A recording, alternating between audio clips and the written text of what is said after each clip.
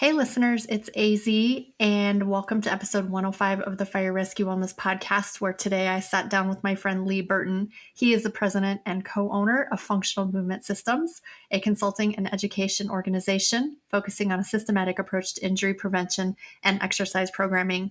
Lee and I talked a lot about movement screening and how many other factors in addition to movement can help mitigate the risk of injury.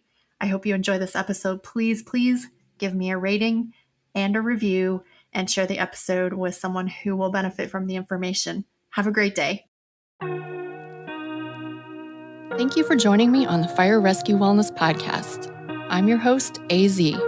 I find the research and resources and then provide the fire service with the so what, now what, to ensure the health and well-being of every member of our profession. Together, let's thrive. I'm open to whatever. Yep. Hey listeners, it's AZ, and I'm excited today to be here with my friend Lee Burton. Lee, say hello to the listeners. How are you all? Thanks for having me. Yeah, well, you and I were having a banger of a conversation before I hit record, so I'm going to try to actually recreate that a little bit. So Lee said, congratulations on the PhD program, and I said thanks. And then what did you say? I said, what were you looking to accomplish? What were you looking to do by going through that? Because I got mine years ago, and it is a marathon. It is definitely an undertaking in a very positive way. So, knowing you a little bit and knowing kind of where you are in your career, I was just more curious to see what direction you were taking. Which is a really good question. And someone else asked me a lot more bluntly, like, why the heck are you going to do it? What are you going to get out of it? And Lee's much more polite. But what I said was, I really want to dive into the research side of it for a couple reasons. I think I'm pretty good at interpreting the research to the fire service. I think I'm pretty good at that already, but I want to get better. And then I said, there's this contingency of firefighters that truly believe that they should be doing physical fitness training, burpees, rowing, biking, crunching in their firefighting gear. And you can't tell them not to do it because they say there's no research to support not doing it. So I told Lee, hold my beer. There's going to be research. And then I hit record. So let's unpack that a little bit, Annette, on this. So what I just heard you say, so the assumption is that the training should be done in the gear, in what you all would call turnouts, right? Yes. So I want to be really clear. I consider there to be two different types of training. There's physical fitness training, like the general physical preparedness that a football player would do. And then there's job specific training, like pulling hose and throwing ladders, much like football scrimmaging. So my analogy is, why would you ever do bench press in your pads? It's spot on. I mean, when I go back and look at our history with functional movement systems and us coming up with the movement screen, when Gray Cook, my colleague, presented us with his idea would be, if you look at a pyramid, you have movement at the base of the pyramid, then you have performance, which is what you just described as pretty much getting stronger, getting faster, getting more power. And then the top of that pyramid is skill.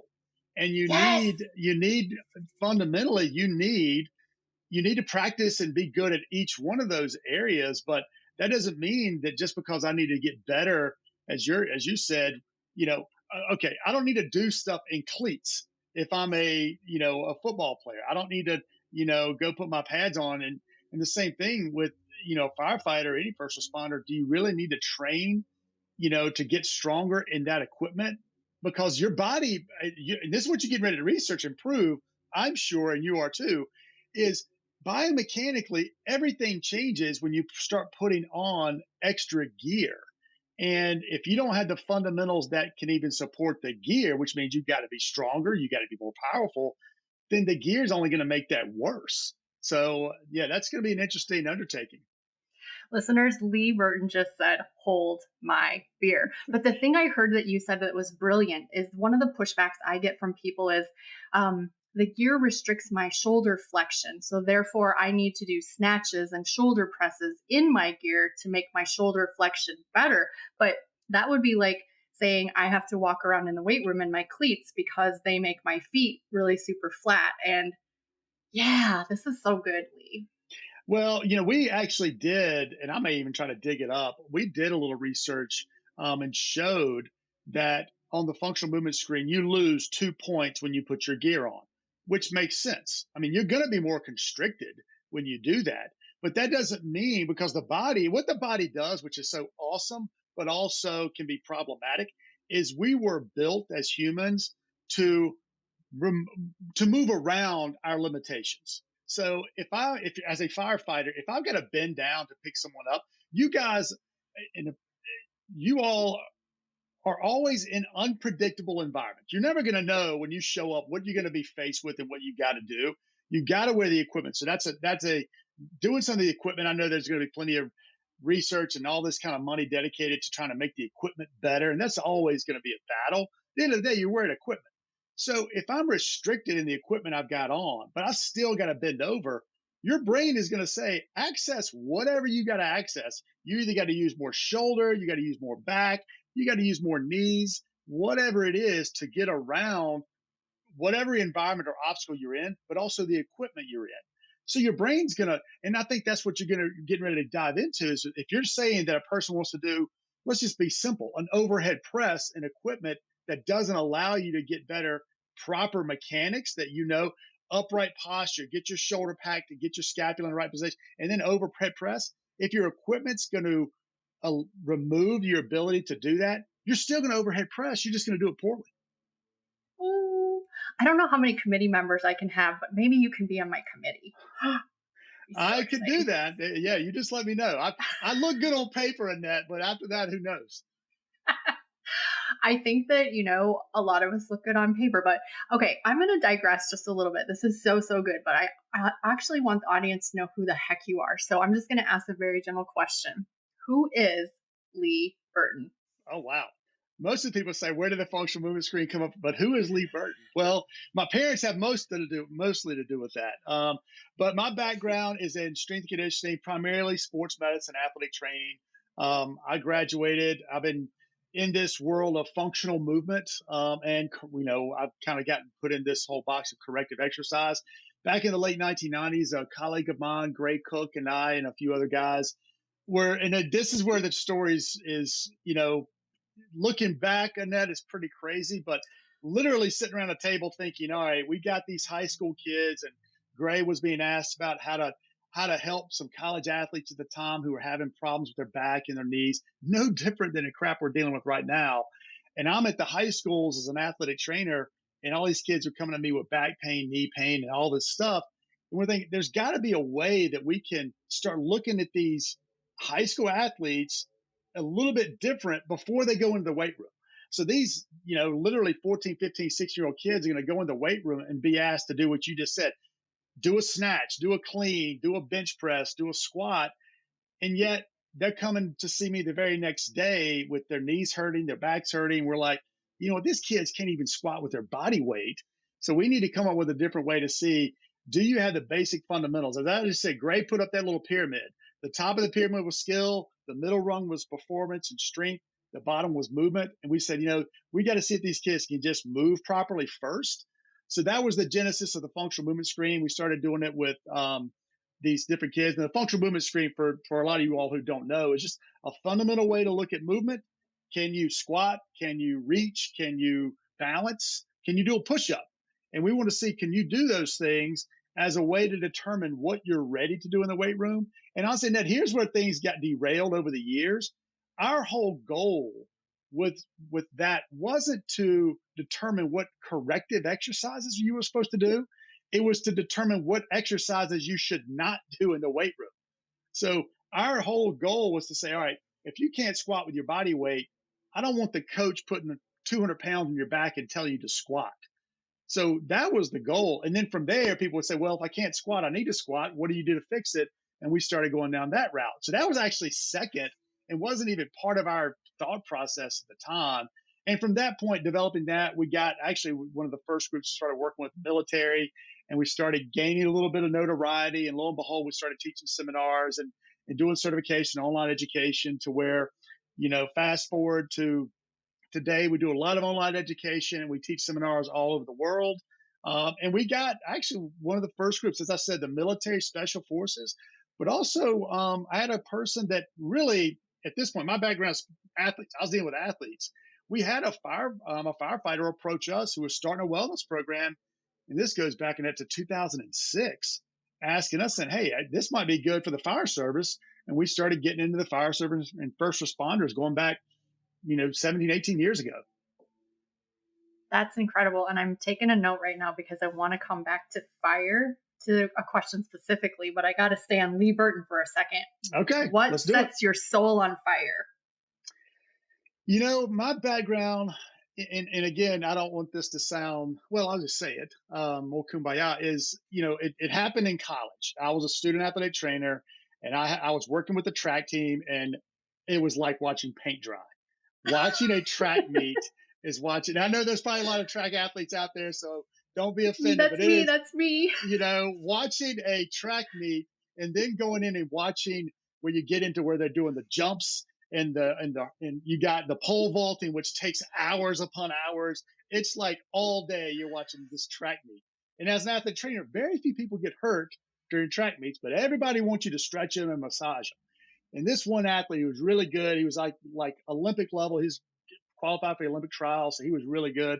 I had a good rapport with him, and he really needed my help because he had consistent hamstring problems. So I was always working with him, and he was really didn't think he was going to be able to run a race. And I worked with him like all day during the day, off and on. He ran the race, and immediately after the race, he came out and gave me a hug. That is what, and that was my sophomore or junior year in college. And to be honest, I don't know how many times I've told that story. But after that, I'm like, this is what I want to do. I want to be in a position, and I know it sounds cliche, but because that feeling I've been able to get more and more often when as I grew up the profession, and I really love working with high school athletes for the same reason. I could really, I mean, I worked at what I'd say an inner city high school for probably 10 years, early in my career for the first 10 years, and I loved it. Had opportunities to do different things, loved it for that same reason.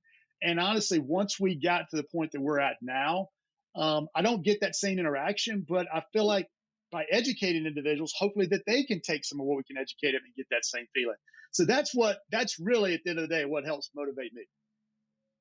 I love that answer. And you can rest assured that I am still getting hugs for helping people after screening them with FMS and helping them out. So by proxy, you are getting hugs. Very I good. appreciate that. Yeah, that's what I hope. I keep my fingers crossed every day. It's still happening somewhere. That's amazing. And so you sort of answered this question already, but how are you changing the world? You know, I'd like to think we all like to think we're changing it a little bit. I think that we've been very, very fortunate. We certainly had things fall into place for us early on. We aren't business people. Myself and Gray Cook, who started this company back in the late 1990s. It's been that long, but we've been able to align ourselves with some really good people that have helped us get our message out. No different than you and I talking right now. Just keeping ourselves pretty grounded, trying to keep the message pretty easy and pretty basic to not overcomplicate things. And I think that has in and of itself allowed us to spread our message around the world of. And what our mantra is move well before you move often. And then all that means is quality before quantity. Do things and do them right before you start trying to do them a lot. I have a friend actually in the Chicagoland area that has that quote painted on the wall. So there you go, making more of a difference. I like Yeah. that. Yeah. So you mentioned the FMS, and this is how I explain it. It is 7 very simple, but not easy screening exercises. So can you kind of paint the picture for the listeners what an FMS screen looks like? Yeah, back when we were developing it, we knew because we were trying to align it with what people would do in the weight room and the physical fitness setting. Because at the end of the day, you're trying to get stronger. We want people to get stronger. I think we've kind of gotten pigeonholed into this whole corrective exercise thing. But as I said, it's just a matter of, okay, when we screen you, the first thing that we debated early on was, is it a screen, is it a test, or is it an assessment? We made it very clear this is a screen. We're not trying to say this is your problem or that's your problem. We're trying to look at your ability to squat and simply say, can you squat? Yes or no? Can you lunge? Yes or no? Can you step? Literally, can you step up? And we have a little hurdle, what we call hurdle step. Can you step over a stream? Much like unbeknownst to me at the time, but I've had a lot of firefighters say, it's like stepping off the back of the truck. Can you step up and well? And when I say well, enough, not to be perfect, but just enough that you can accomplish that task. And then we look at your ability to kind of, we say shoulder mobility, but it's just your ability to reach with your arms, or kind of scratch your back. Then we look at, most people look at it as a hamstring test, but just lay on the ground, raise your leg up. And then we look at a push up, and we look at, really, it's like hands and knees. People call it the bird dog. We look at your ability to control your spine in a hands and knees position. So those are really basic, fundamental things. And I think by calling it a screen, Annette, we're simply looking to see, can you do it? Can you not? And if you can't do it, there's certainly some things you probably should not be doing in the weight room or during your training. I'm never going to tell, and we get this question a lot in your world of firefighting, just because you can't do a good balance test doesn't mean you should alter what you're doing when you're going to fight a fire or doing your skill. That do what you got to do. If somebody's getting ready to come and save me, I don't give a shit what you got to do. Come and get me out of the building. However, when you're in the weight room, there's definitely things and rules you should abide by. And I think that's where we've staked our claim is, listen, if you can't do some of these basic fundamental things, then you should not load yourself, because you're only going to make it worse when you're trying to load yourself. Those kids, in fact, when I started coming to see me with their knees hurting, well, I go in the weight room and watch them squat. I'm like, yeah, no kidding, your knees are hurting because you're not squatting right. And don't need to do that. Yeah, squatting like a knucklehead right now. That's what I tell them. That's right. Well, and the beauty, I think, of the FMS is that it's really clear cut. So you execute it perfectly, you get a 3 on the activity. You execute it, but it's not perfect, you get a 2. You can't do it, you get a 1. And if it provokes pain, there's a 0. Easy for me because my brain works like that. It's black and white. But I have found that a lot of firefighters that try to administer FMS get technical, and they start trying to fudge the numbers. So talk to me about how to execute that without getting your brain too involved. Yeah, I mean, honestly, it's sometimes easier for me because I've done a lot of workshops with firefighters over the years, and military personnel, people who don't have exercise or clinical backgrounds, and honestly, I found those situations are a little bit easier Oh, because, really? Okay. yeah, you just follow the rules. Like, we set the rules out. We say, okay, look for this, this, and this, and the problem sometimes people start as you just said, overanalyze it, and it's not. It's black or white, and it's a screen. And when I say it's a screen, the analogy I like to use with people, it's an eye chart. And when you go into your eye doctor or even take someone's blood pressure, it's either high or low. And I'm looking for low. If you're a 2 or a 3 that you just laid out, 3 means you did exactly everything I'm looking for. 2 means, well, you didn't do everything, but you did okay. 1, you didn't do it at all. And 1s are easy to spot. We're looking for 1s, and we're looking for pain. So if you give me 50 firefighters, I'm not really worried about, probably, I would say, 60 or 70% of them. I'm looking for the ones that really don't do well. And when you try to put it in that frame of mind, when you look at somebody doing a squat and you're looking at them like, man, that's horrible, that's it. That's what we're looking for. Everything else is fine. Let them do what they need to do. But when it's bad or horrible or they've got pain, that's what we're trying to identify.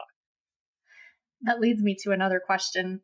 I was having a conversation with another coach the other day, and he was talking about form and how he's a big proponent of good form, which I think all coaches would say that. But I got to thinking that sometimes just letting it be, as long as it's not going to be critically injurious right at the moment, I think sometimes just letting it be is better. What's your opinion on that? Oh, now you're speaking my language, Oh, because yay. I think that's exactly what occurs too often in our profession of strength conditioning and fitness, where we get so caught up into perfection that we forget, just be good enough. Like, and that's Oh, the thing that we try. Just be good. If you're good enough, just keep pushing on that. You don't necessarily, because if you start putting a microscope on a person, and okay, I'll say this. If you're like an elite professional athlete, there's probably a place that you got to be just, and I would almost say that's more skill mhm. oriented versus, hey, I'm going to go in the weight room and I'm going to squat. Well, okay, if I don't have any, as we just said, if it's good enough, fine. And if I want to get to a point where I want to start competing at a certain level with squatting, powerlifting, or strength training, whatever that, well, now you got to dial it in. But let's be honest, 90% of the people aren't going to get there. 90% of the people out there want to be stronger, they want to live healthier, and they want to feel good. And if that's the case, good enough is going to be the standard I'm looking for in most all those situations. I just wrote down, just be good enough. I love that. That's going to be the quote of the day. Thank you. All right. I like that. Well, one of the things that I can't remember when I took the seminar, it was years and years and years ago, but one of the things that kind of stuck out in my mind was there was some research going on with FMS and sort of this predicting possibilities of injuries, but I think that that's kind of gone by the wayside now, or has it? Talk to me about that.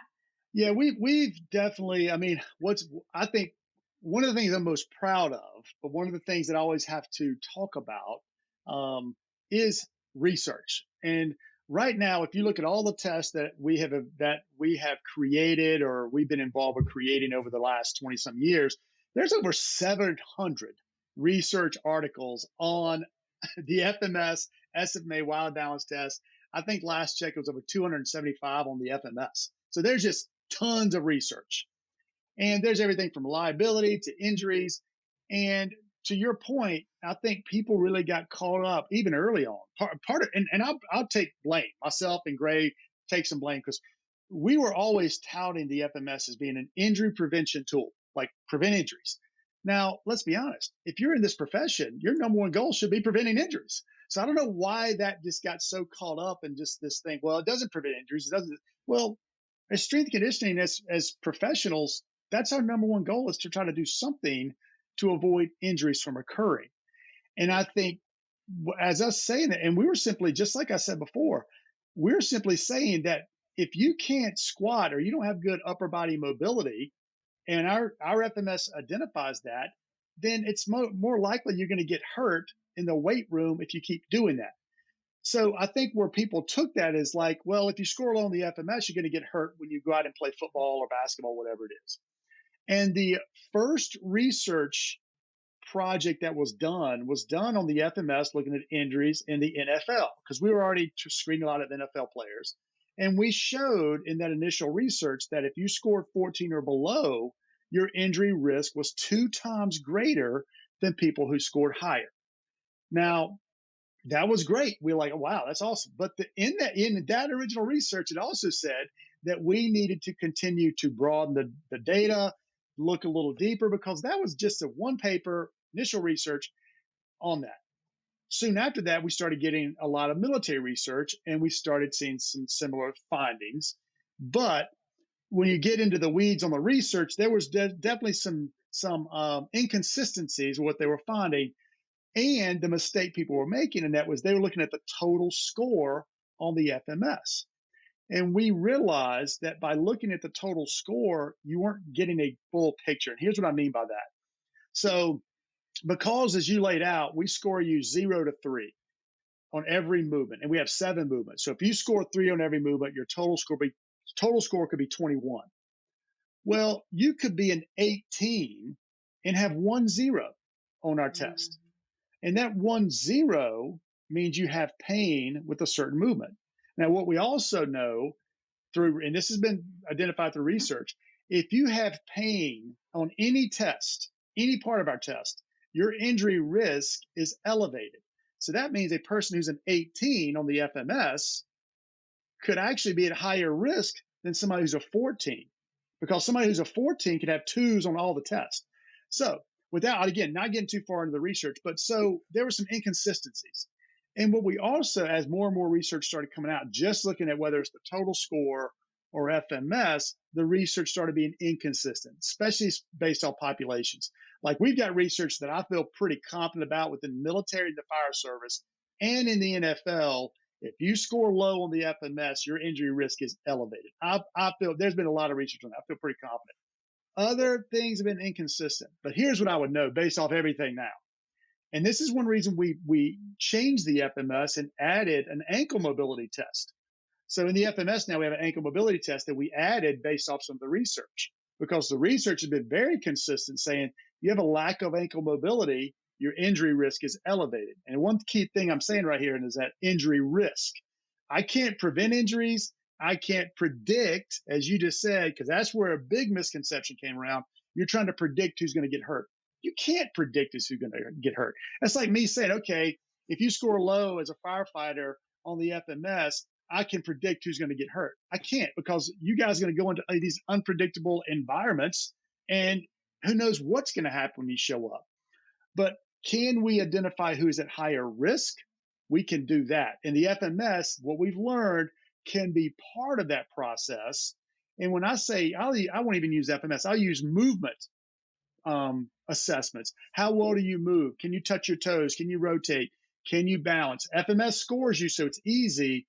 So we've got research that says that. But if you start adding in things like your sleep, your body comp, your behavioral health and stress, all of these other things that we need to be looking at, you start stacking those up, we can definitely identify who's at greater risk of injury versus not as much risk for injury. And that's what we started doing over the last 4 or 5 years, is trying to put you in these buckets, high risk to low risk.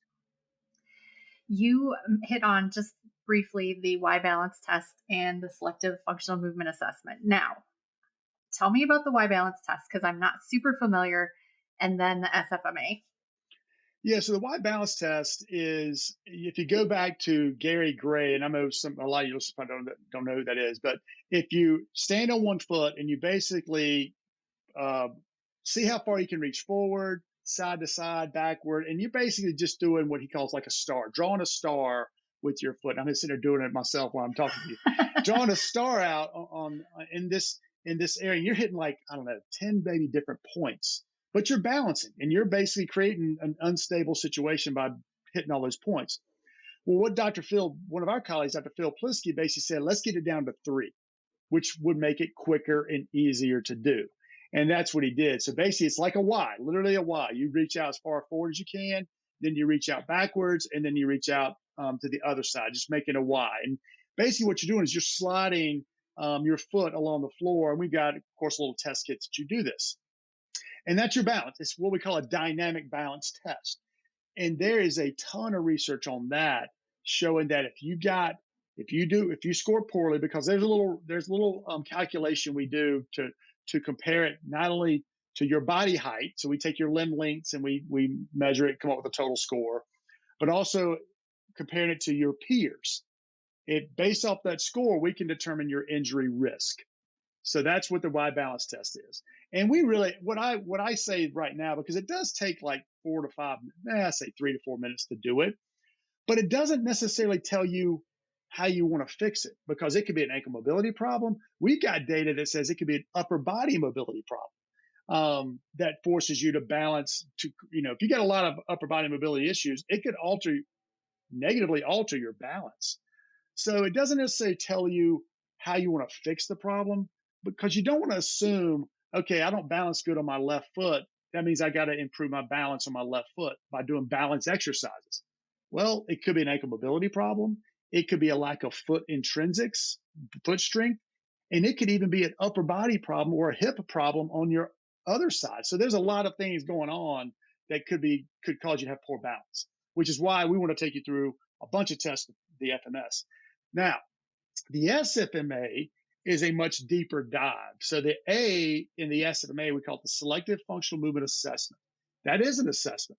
So we have our screen, which is just a screen is a filter. We want to pull out all the bad stuff and let the good stuff go through. Well, the SFMA is designed to dive deep and come up with a definitive movement, we call a movement diagnosis, saying, okay, Annette, you got problems in your squat. Well, why can't you squat well? Well, then we can drill all the way down and we can identify maybe you have a hip internal rotation problem.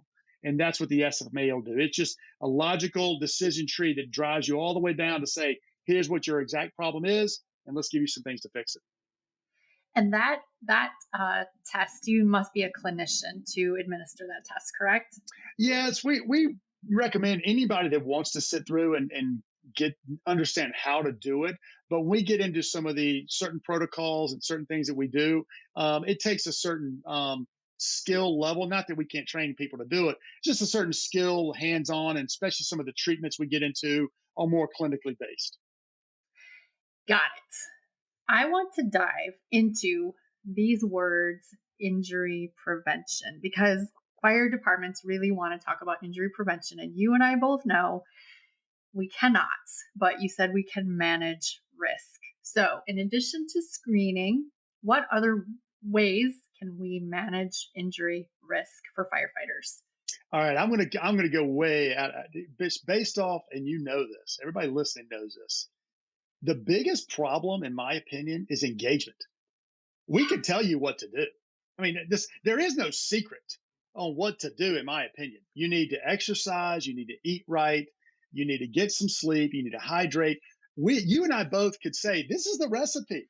I mean, it's not hard. How do you get people to engage is the hard part. So we can all, I mean, we can bring the horse to the water, but we can't make them drink. So, to me, in what I'm hoping is, we do all this stuff, we push out all this content, we buy all this equipment, we create the spaces where, firefighters and anybody can go to lift but getting some people to just take that initial step. So here's what I'm hoping we can start doing is if we can create a little bit more awareness, individualized, give the individual, in this case, the firefighter, here's what you need to do, and not overwhelm them so much. Maybe they'll be more engaged and more likely to take that step. That so I'll stop right there and let you kind of ask me some other questions on that. But engagement's the problem in that. It's not what we should be doing. It's like, how do we get people to do it?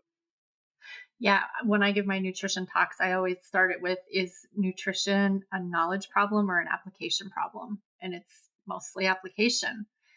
Um, I think there's a couple ways we can hit this. The one thing is I think the departments need to realize that there's departments out there that have their men and women hopping from the time they get there until bedtime. And then they have the tones open up all night, waking up everybody for no reason. And I think the departments need to understand that they share some responsibility in this. They have to provide the time, they have to provide the best possible sleeping arrangements. They have to give people time to make lunch and have a break. I mean, they share some responsibility. But I think one thing that you guys are working on that's going to help with this was that app that you shared with me that I played with a little bit. So where are you within that development process? Yeah, and this goes back to a lot of the research we saw in the military. Obviously, there's a problem we've got, and this is society wide, right? I mean, we're I mean, there's a stat, an article I read that the amount of resources, when I say resource, let's be honest, let's talk about money. The amount of resources and money being dedicated to wellness has been going up at a very crazy rate over the last 10 years. But the health cost and how much healthier we are gone down at the exact same ratio. That's So bad. it's bad. So we're dedicating all this money to doing this, and we're not getting any better. We're actually getting worse. So you're spot on. So the leadership has to get bought, and you got to change the culture. So which means it's not an immediate change. It's got to change over time. And I think we have to meet people where they are. So going back to your question about what we really started looking at is when we started looking at all this research, and this goes back to probably 7, 8, 10 years ago, coming into the FMS, it's very obvious that we had to go beyond just looking at movement, and we had to look at lifestyle. And let's be honest, that's the hardest thing to change is our lifestyles and our behaviors. And when I say lifestyle behaviors, that is behaviors. It's stress, it's sleep, it's your diet, it's your physical activity. Are you even exercising? Just the basic things that we do day in and day out. And then we need to look at our fundamental movements. And that's what a lot of the research in the military was telling us, that when you start adding all of those factors in, we've all got, none of us are great at all of those things, but you don't want to be bad at all of them, or you only want to be bad at maybe one or two. And I think that's part of the problem. I was at a group of firefighters working with them a couple of months ago. And if I go in and start saying you got to get better sleep, they're going to laugh me out of the building. You're getting woken up 5 times in the day. Like you just said, the things going off all the time. But we all know we need to get better sleep. But how do we take these little bites and not just go in, somebody like me walking into an environment that I really don't know much about, and say, well, you got to go sleeping better. You got to work on your stress. It's just not going to happen. So what we're trying to do is, and it's a roller coaster, because everything I just mentioned, even your movements, I could have great shoulder mobility today, but 2 or 3 days from now, if I'm under a lot of tension, under a lot of stress, maybe I got a bad night's sleep, my shoulder mobility will decrease. Or if you don't even have good hydration. So everything is kind of connected. Your stress goes up, your sleep goes down, your movements go down. Well, if my movements are good and I'm sleeping better, but if my stress is not as good as it should be, but if my sleep is good and all these other things are better or okay or good enough, Good then I'm not enough. as worried about my stress, right? So it's all a roller coaster. So all we're trying to do is give people a very easy way to keep check on it. And I'll say, hey, just check your gauges. And right now you can use, and yeah, I appreciate you bringing it up. I'm not a good salesperson, but you can use our app to check all those things. Check your breathing, check your stress level, and just see where you are. And more importantly, what's the first domino that we can knock over that will help everything else out? So I can tell you right now, if you're not sleeping very well, and we know sleep's a battle, then if you can get a little bit better sleep, then everything else should get help. If your stress is really, really high, and I know there's a big initiative right now, really trying to work on how to manage stress in your environment. If that's really, really bad, and again, that's what we're saying, just be good enough. I know I'm never going to have not any stress in my life. None of us are. But if you're way below the threshold, then that's where it could be a problem that we need to address some way, shape, or form. And this is what I told the group of firefighters I was talking to. Part of what we can do, again, my key is create some awareness. Here's what Lee Burton needs to do to stay good enough. And I pretty much know, right? And if I know when I'm tracking a little bit further down, now we're just giving you an easy way to check. It takes about 10 minutes. But here's what I told those guys. Sleep's going to be bad across the board. And I've got the data to say, yeah, sleep is not great. And I think I just pulled up the data. I did a presentation last week of over 500 first responders. And sleep, along with movement, were the worst two things. Actually, behavioral health wasn't that bad, but sleep was not great. But here's the thing. If I say the average score on the sleep, let's just throw out a number. Let's say the average score was 75. But Annette, you were 35.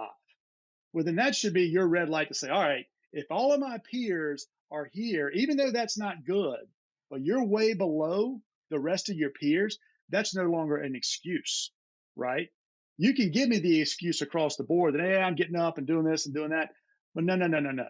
The average score across the board, 75 for your peer group, and you're at 35, you need to take action. That's going to be a problem.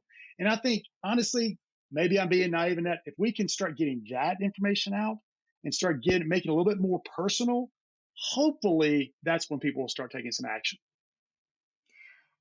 I agree. And I think that they just they don't realize how good they can actually feel. That's number one. And I think they also don't realize how much each of those things impacts their overall well-being.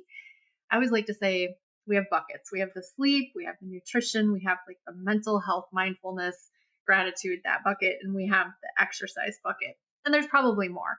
But I would say when one of your buckets is hemorrhaging, it has a big hole, do your best to fill up the other buckets to sort of soften and mitigate the impact. And that sounds like maybe I'm giving good advice. Of course, that's exactly the advice. That's what I think. I mean, yeah, because everybody's got some holes in their buckets in it. I may have to steal that one. Yeah. It's just a matter of keep your other buckets as full as possible, or as like I said, good enough, knowing that this one bucket's leaking. That's okay.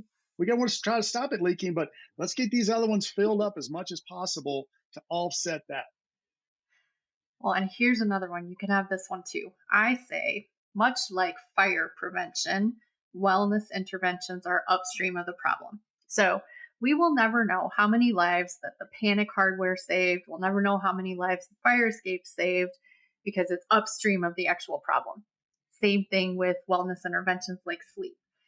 But I say sleep and nutrition, mental health, and movement are all upstream interventions, and sleep is the most upstream because everything gets better when you sleep. Yeah, you're right. You can steal it. Yep. I mean, that's the thing. We got to start looking upstream and not just react to what's right in front of us. We got to take that. And again, I think there's an opportunity here in the fire service start looking upstream and start, whether it's at the academies where people are just coming on board and just make it, this is what you're doing. And maybe that's a place to start.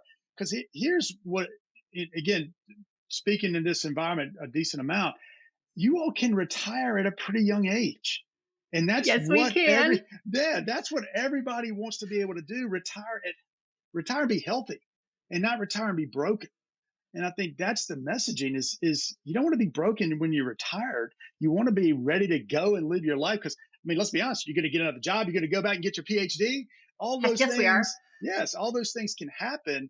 But if you're broken and your health is not good, you're all stressed. I mean, it's a battle that, I don't care how old you are, it can be fixed. The body is resilient. We are resilient people. And it doesn't matter how old you are or what state you're in right now, find out where you are, and there's a path to get better. I'm going to steal a quote from a previous guest just a couple weeks ago. Anna August said, "It is so worth it. It is so worth it to take care of yourself." So I'm just going to repeat that. It's worth it. All right, Lee. So here's the point in the show where I say either one of two things. Do you have any sage words of advice, parting wisdom for us? Or was there something that we should have, a rabbit hole we should have ventured down that I missed? It is choose your own adventure. Choose my own. The only thing I'll say, I'm a simple person. And my only thing to almost anybody, I tell my wife this because, she's always asking me different advice. Like, just break a sweat, and not even break a sweat. Be active at some point during the day, whatever that is, whatever you like to do. I know people, and there's a big debate right now. I'm not even sure why, like taking a walk. Like people are like, well, taking walks not exercise. Well, it is if you never walked before. Like if you're very sedentary, walk into the mailbox can be exercise. So it's almost like just do something both for your body, both physically and mentally. Whether that's a 10-minute walk, like I'm going to do it after this. I'm going to go and do my little workout. My workout todays are not what they were 20 years ago, but it's more of a meditation type of workout for me, where I unwind, take everything. Just do something like that during the day. Whatever it is, whatever helps you out, that would be my only piece of advice. Keep it simple. It doesn't have to be complicated. Move well, then move often. There you go. Well, and you know what? I will die on this hill. Stop complicating exercises. All of you coaches out there, stop it. Just let people exercise and stop criticizing walking's not exercise. Come walk with me. I will show you. Walking is exercise. Yeah, totally agree. And I couldn't have said it better. All right. Will I see you at Tactical Annual or National? I don't think so. Tactical, there's a good chance, just because I think it's in Norfolk this year. It is. Yeah, Norfolk's a drive for me. So anytime I can drive, I spent too many years on the plane. It's a good chance I may do that one, depending on what time of year. I'm looking at my calendar. It is. I know National I will not be, but I definitely will try to get the Tactical one, and I hope we'll see each other. I'll buy you a beer. I'll hold your beer. You hold my beer, Lee Burton. I will do that. That sounds great. Keep in touch. Let me know. All right. I think we can drop the mic. This has been AZ and Lee Burton, and we are officially out.